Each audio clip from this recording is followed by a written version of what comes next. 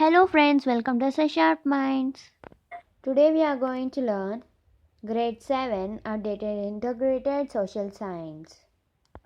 In History, Chapter 3 The Sultanate Period. The period from 1206 to 1526 is known as the Age of Delhi Sultanate. Delhi was the capital of the sultans who conquered a large part of the Indian subcontinent.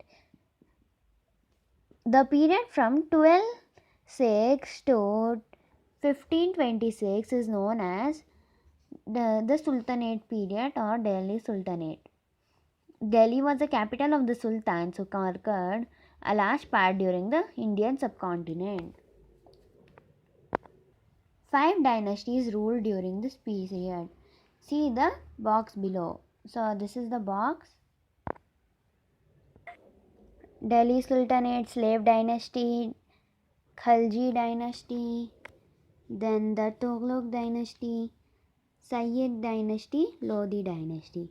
Enslaved Dynasty, Kutubuddin Aibak, then Shamsuddin Iltutmish, then Rukhuddin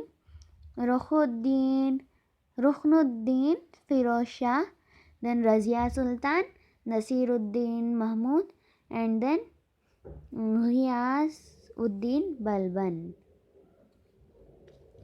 And in Khalji dynasty, there is Jalaluddin Firoz Khalji, Alauddin Khalji, Khusrau Malik. These three were there in Khalji dynasty. In Tughlaq dynasty, Ghiyazuddin Tughlaq, Muhammad bin Tughlaq, then Firoz Shah Tughlaq. These were in Tughlaq dynasty.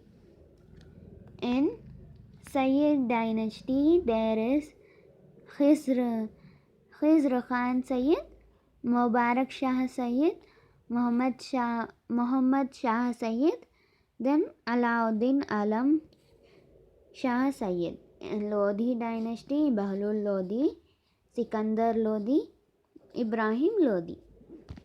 Then Sources.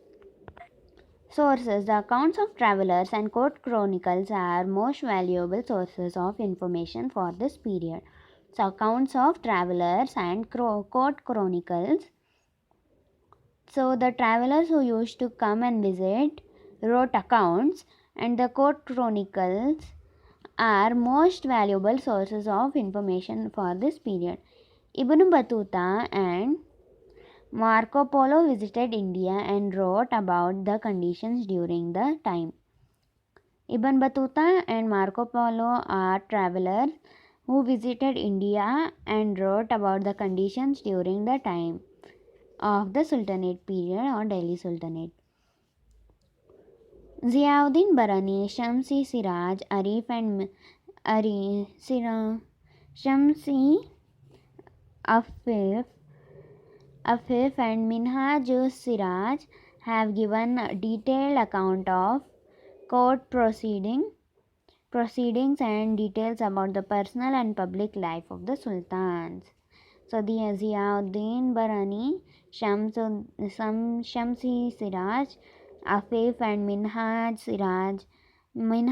Siraj are also travelers. They have written detailed account of the court proceedings, how the court went, and the personal and public life of the sultans. Coins, inscriptions and monuments are the other important sources that tell us about this period. So coins and inscriptions and monuments.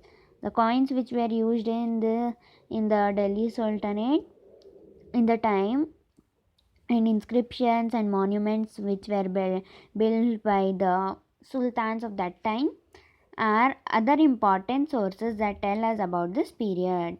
So these tell us about the period of the Delhi Sultanate. We are going to learn the slave dynasty.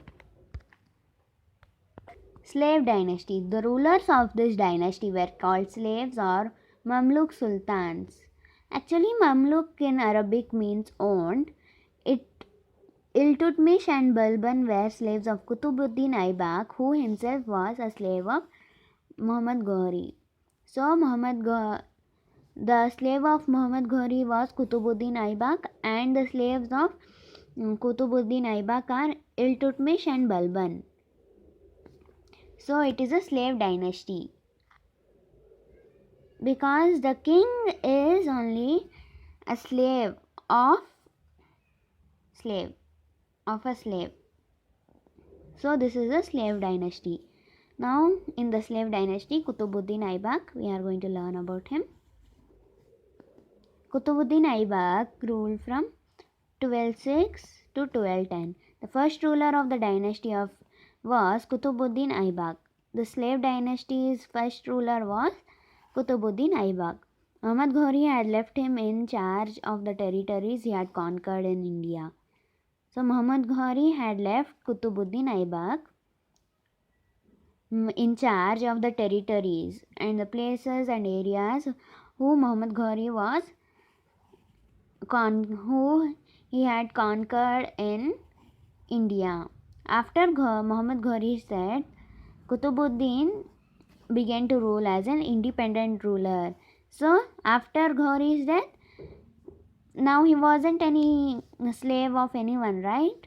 Kutubuddin Aibak wasn't any slave of anyone because Muhammad Ghori died. Kutubuddin Aibak began to rule as an independent ruler. Kutubuddin was a kind-hearted and generous man. So Kutubuddin Aibak was a kind-hearted. He was good man. He helped people and he gave his money to others. So he was called Lakh Baksh or givers of lakhs because he gave away a lot of wealth as charity. So Kutubuddin Aibak was a good man. He was generous. So he was called Lakh Baksh or giver of lakhs because he gave away a lot of wealth as charity. Shamsuddin Iltutmish 1211 to 1236. Kutubuddin Aibak was succeeded by Iltutmish and Balban.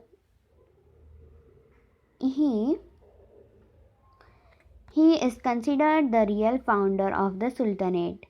Iltutmish faced many problems but dealt with them strongly. So Iltutmish was considered as a real founder of the Sultanate. He faced many problems but he fought with them strongly. He put down the rebellions within the empire. He also protected the northwest frontiers of the Sultanate against possible Mongol invasion. So, Iltutmish put down the rebellions within the empire. He also protested the northwest frontiers of the Sultanate against the possible Mongol invasions. He expanded his empire up to Bengal. Iltutmish had many sons, but considered none capable enough of being his successor. So he decided to make his daughter Razia the Sultan of Delhi.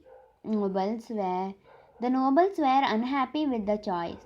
Iltutmish had many sons, but none of them were capable of being his successor. So Iltutmish selected his daughter Razia the Sultan of Delhi. The nobles were unhappy with his choice. After the death of Iltutmish, they placed Ruknuddin Firozshah, a son of Iltutmish, on the throne. Ruknuddin spent his time enjoying, paying little attention to administering the Sultanate. Razia, with the support of people in the city, became the ruler. So after the death of Iltutmish, they placed Ruknuddin Firoz Shah. He was the son of